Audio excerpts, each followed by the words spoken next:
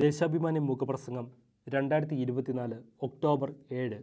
കൊല്ലാം, പക്ഷേ തോൽക്കില്ല, ഒരു യുദ്ധത്തിലും ആരും ജയിക്കുന്നില്ല എന്ന ഉദ്ധരണി ബ്രിട്ടീഷ് പ്രധാനമന്ത്രിയായിരുന്ന നെവിൽ ചേംബർലൈൻ്റേതാണ്. ആയിരക്കണക്കിന് കുട്ടികൾ കൊല്ലപ്പെടുന്നൊരു യുദ്ധത്തിൽ ആരും വിജയിക്കുന്നില്ല എന്ന് ഇസ്രയേലിനെ ഓർമ്മിപ്പിക്കേണ്ടി വന്നു. ഗാസയിലെ വെടിനിർത്തലിന് ആഹ്വാനം ചെയ്തിറക്കിയ പ്രസ്താവനയിൽ ഐക്യരാഷ്ട്രസഭയുടെ ബാലാവകാശ സമിതിക്ക് കുഞ്ഞുങ്ങളെ കൊന്നൊടുക്കുന്നത് തെറ്റാണെന്ന് ലോകത്തെ ബോധ്യപ്പെടുത്താൻ ആയിരക്കണക്കിന് പ്രകടനങ്ങൾ നടത്തേണ്ടി വരുമ്പോഴാണ് മനുഷ്യത്വം മരിച്ചതായി നമുക്ക് തോന്നുക. ഗാസയിൽ ഇസ്രയേലി കടന്നാക്രമണത്തിൻ്റെ ഒരാണ്ട് പൂർത്തിയാകുമ്പോൾ അതിനെതിരെ ചെറുവിരൽ ഉയർത്താത്തവരും ഒരു വാക്ക് ഉരിയാടാത്തവരും മനുഷ്യർ എന്ന പദവിക്ക് അർഹരല്ലെന്ന് പറയേണ്ടി വരും. ഗാസയിൽ തുടക്കമിട്ട കടന്നാക്രമണത്തിലൂടെ പശ്ചിമേഷ്യയെ ഒന്നാകെ യുദ്ധഭൂമിയാക്കി മാറ്റിയിരിക്കുകയാണ് അമേരിക്കയും ഇസ്രയേലും.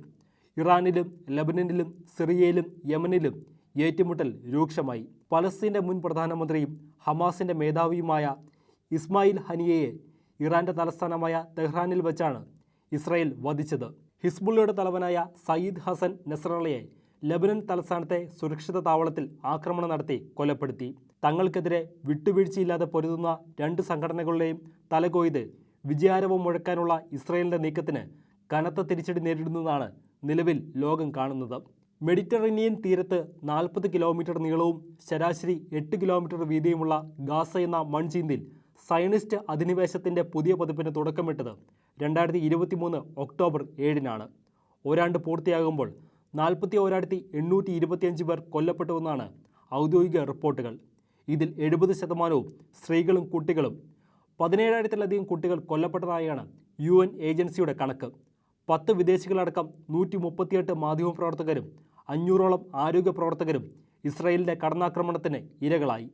ഗാസയിലെ അടിസ്ഥാന സൗകര്യങ്ങൾ അപ്പാടെ തച്ചു തകർക്കുകയെന്ന പ്രഖ്യാപിത ലക്ഷ്യത്തോടെ നെതന്യാഹുവിൻ്റെ സൈന്യം മിസൈലുകൾ തൊടുക്കുകയും ബുൾഡോസറുകൾ പായിക്കുകയും ചെയ്തപ്പോൾ 80% കെട്ടിടങ്ങളും ഗാസയിൽ നിലം പൊത്തിക്കഴിഞ്ഞു.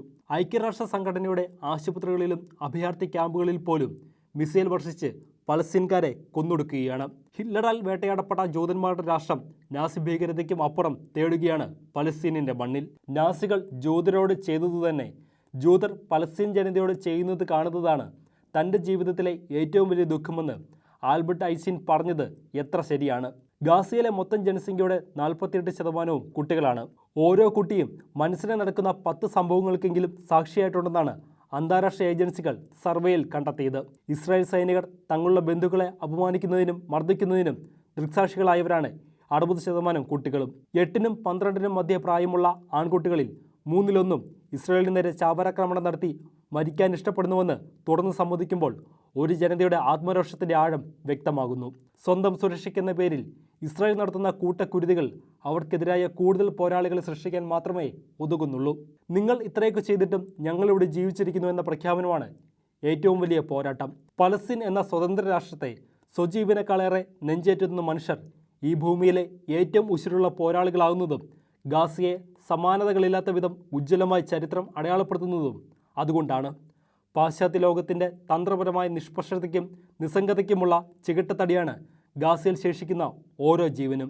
ഈ എഡിറ്റോറിയൽ നിങ്ങൾ വായിച്ചു തീർക്കുന്ന സമയത്തിനുള്ളിലും എത്രയോ നിരപരാധികൾ ഗാസയിൽ പിടിഞ്ഞു വീണിട്ടുണ്ടാകും. ഓരോ 10 മിനിറ്റിലും ഒരു കുഞ്ഞ് കൊല്ലപ്പെട്ടുവെന്നാണ് സേവ് ദ ചിൽഡ്രൻ പഠനത്തിൽ കണ്ടെത്തിയത്. തങ്ങൾക്ക് മുമ്പേ മക്കൾ മരിച്ചു വീഴുന്നത് കാണേണ്ടി വരുന്നതാണ് മനുഷ്യജീവിതത്തിലെ ഏറ്റവും വലിയ ദുരന്തം.